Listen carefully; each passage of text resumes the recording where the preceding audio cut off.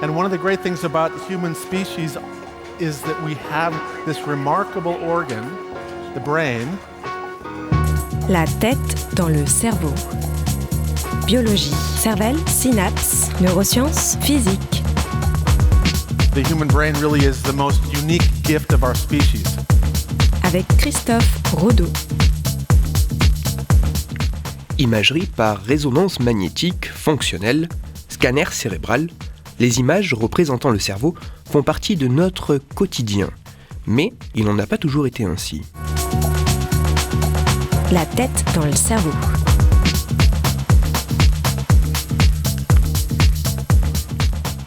Nous avons à peu près tous une idée de ce à quoi ressemble un cerveau humain. Une masse tremblotante entre le rose et le gris dont la surface est parsemée de sortes de vagues et de creux que l'on appelle les circonvolutions. Si nous partageons cette représentation, c'est grâce aux nombreuses images et photos sur lesquelles nous pouvons observer cet organe. Du plus hasardeux, voire grossier dans les films à petit budget, jusqu'aux représentations précises des livres d'anatomie, il est aisément possible de savoir à quoi ressemble un cerveau humain. Mais cela n'a pas toujours été ainsi. Pendant longtemps, ce qu'il y a entre nos oreilles, à l'intérieur de notre crâne, a été un mystère. En effet, les études d'anatomie ont longtemps été très impopulaires, voire totalement interdites. De plus, les quelques anatomistes qui s'aventuraient dans ce type d'études illustraient assez rarement leurs travaux. Dans ces conditions, difficile d'avoir une correcte appréhension de ce à quoi pouvait bien ressembler le cerveau.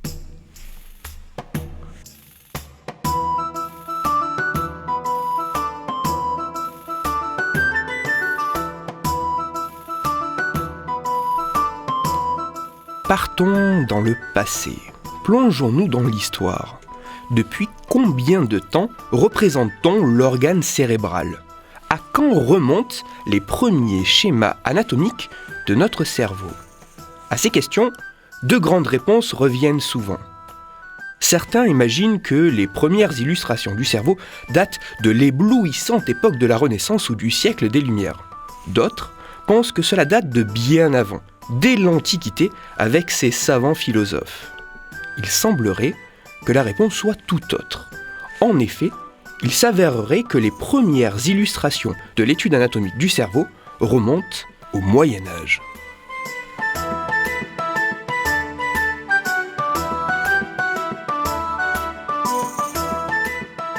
Certes, les études anatomiques datent de bien avant cette période historique.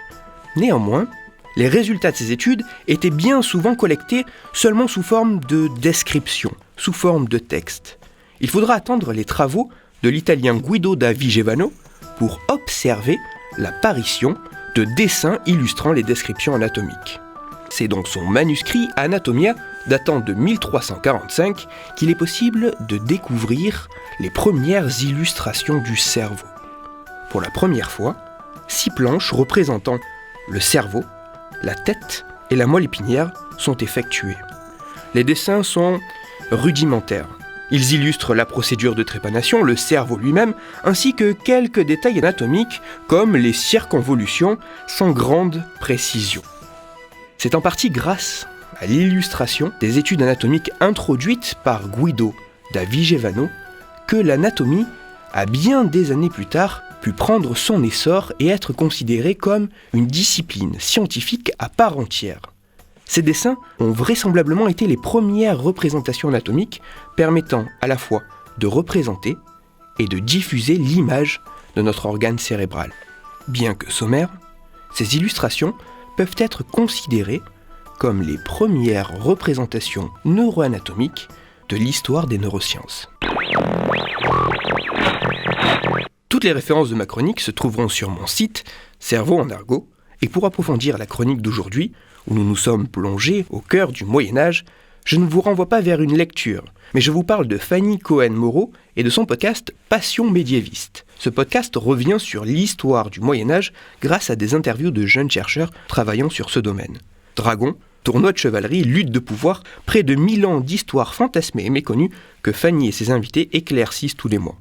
Pour en apprendre plus sur cette période historique mystérieuse, n'hésitez pas à aller tendre l'oreille pour découvrir ces différents épisodes passionnants et accessibles à tous. Je vous parle également de ce podcast car nous faisons tous deux partie du réseau d'entraide entre podcasts indépendants Podcastéo.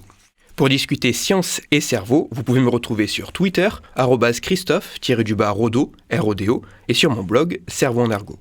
Je vous rappelle aussi que si vous, auditeurs, vous avez des questions ou des sujets dont vous voudriez que je parle, n'hésitez pas à me le faire savoir directement sur mon compte Twitter et j'essaierai d'y répondre dans une future chronique. Christophe Rodo. La tête dans le cerveau.